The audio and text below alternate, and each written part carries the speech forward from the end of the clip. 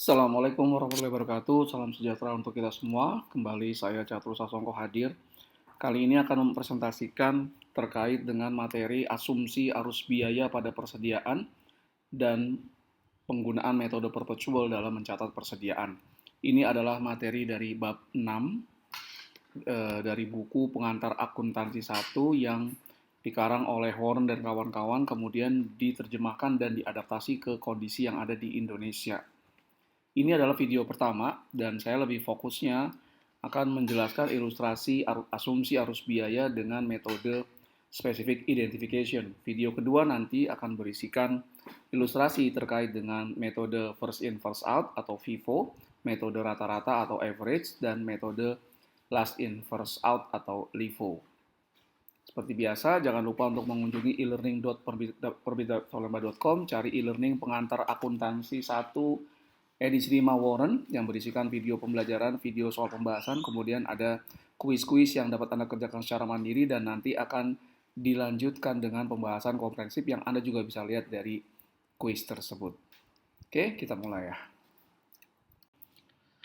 Nah, asumsi arus biaya persediaan ini muncul saat bagaimana jika harga beli persediaan berbeda-beda. Misalnya, katakanlah perusahaan retail, perusahaan eceran, dia membeli barang dagang. Nah, dia memberi barang dagang ya, atau inventory persediaan barang dagangnya. Nah, harga belinya itu ternyata berbeda-beda. Katakan tanggal 1 belinya 10.000 per kilogram. Tanggal 6 bulan yang sama, sekilonya itu 11.000. Tanggal 20 bulan berikutnya sekilonya itu 12.000. Nah, itu kan harga belinya berbeda-beda. Nanti ketika perusahaan melakukan penjualan, itu ada yang disebut istilah cost of goods sold atau beban pokok penjualan.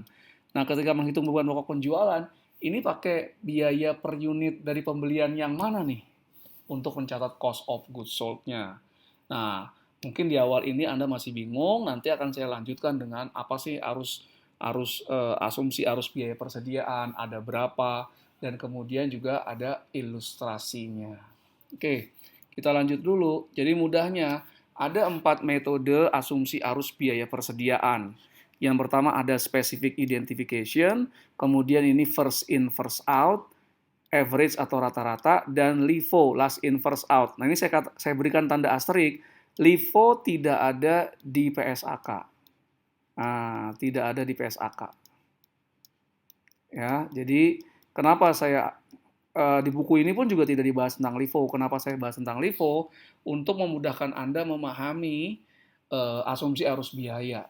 Jadi lebih ke arah untuk membantu Anda memahami FIFO average. Nah, saya berikan juga LIFO. Diharapkan ketika Anda tahu perbedaan-perbedaannya, Anda akan lebih paham lagi tentang FIFO dan average. Kita masuk ke metode arus biaya yang pertama, yaitu metode asumsi arus biaya. Yang pertama adalah specific identification.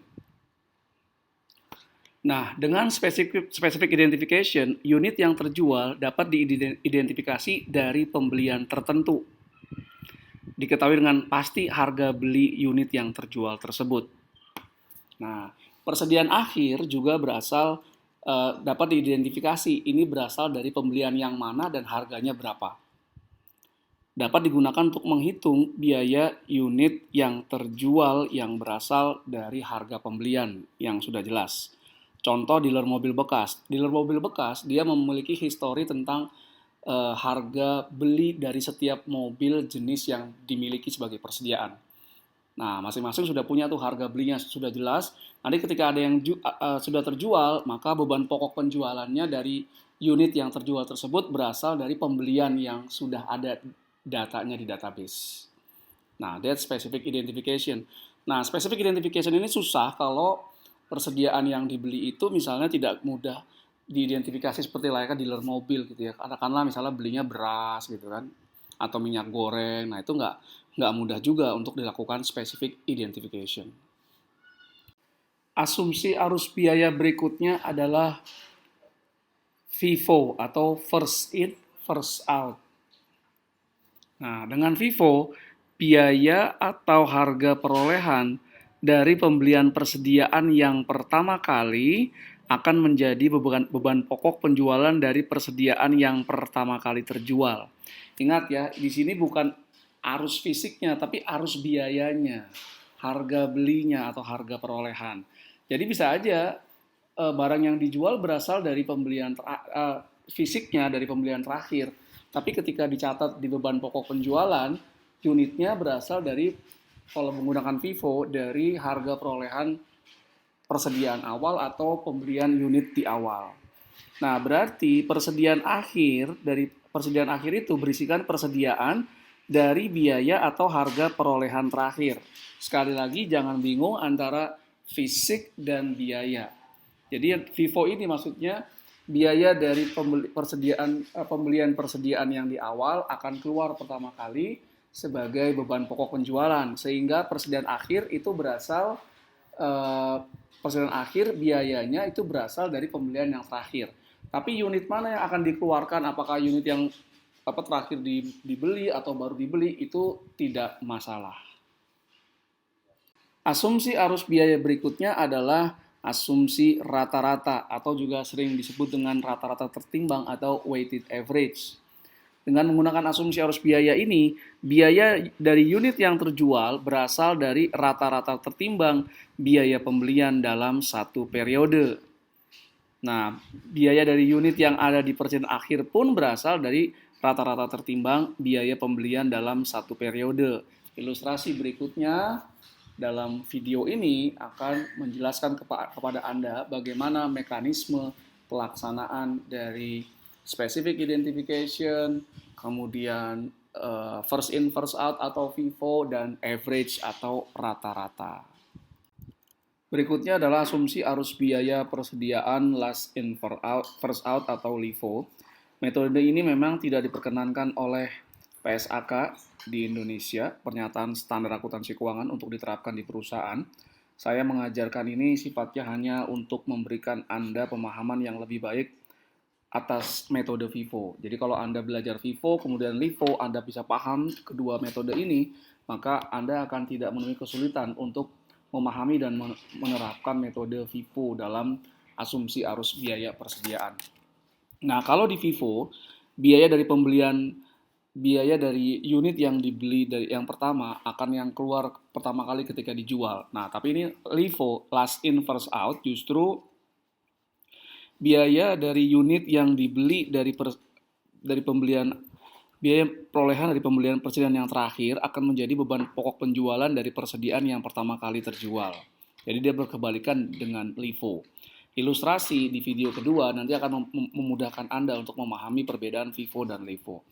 Nah, persediaan akhir berisikan persediaan dari biaya atau harga perolehan unit yang pertama dibeli atau di persediaan awal. Berikutnya saya akan membahas tentang ilustrasi asumsi arus biaya, metode specific identification, dan metode perpetual dalam mencatat persediaan. Berikut ini adalah ilustrasi asumsi arus biaya, metodenya specific identification, dan kemudian pencatatan persediaan, transaksi persediaan menggunakan metode perpetual. Nah, diberikan data sebagai berikut. Tanggal 1 Juni 2024, ada persediaan awal 2 unit, kemudian harga perolehan per unitnya adalah 10 juta. Kemudian 8 Juni ada pembelian juga 2 unit, harga perolehan per unitnya adalah 12,5 juta rupiah. Tanggal 10 Juni ada penjualan. Nah, ini penjualannya dapat diidentifikasi. Unit yang dijual itu dari persediaan awal. 1 unit harga jualnya 12 juta rupiah. Berikutnya, tanggal 20 Juni penjualan dari unit yang dibeli tanggal 8 Juni dapat diidentifikasi. 1 unit harga jualnya 15 juta rupiah per unit. Terakhir tanggal 25 Juni ada pembelian 3 unit dan harga perolehannya 15 juta rupiah.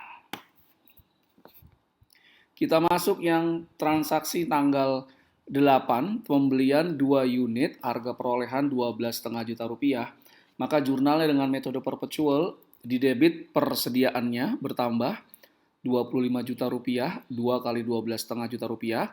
Di kredit bisa utang dagang kalau pembelian dilakukan secara kredit, atau kas kalau pembelian dilakukan secara tunai. Kredit juga 25 juta rupiah. Ingat kembali, dengan metode perpetual, Setiap kali ada pembelian, itu menambah persediaan. Setiap kali ada penjualan, itu akan mengurangi persediaan. Berikutnya adalah ilustrasi tanggal 11 Juni, penjualan dari unit persediaan awal 1 unit, harga jualnya 12 juta rupiah. Setiap transaksi penjualan dengan metode perpetual akan dibuatkan 2 jurnal. Jurnal yang pertama terkait penjualannya, di debit bisa piutang usaha kalau dijual secara kredit atau kas kalau dijual secara tunai. Penjualannya adalah harga jual 12 juta kali 1 unit, berarti 12 juta rupiah. Kreditnya adalah penjualan atau sales 12 juta rupiah.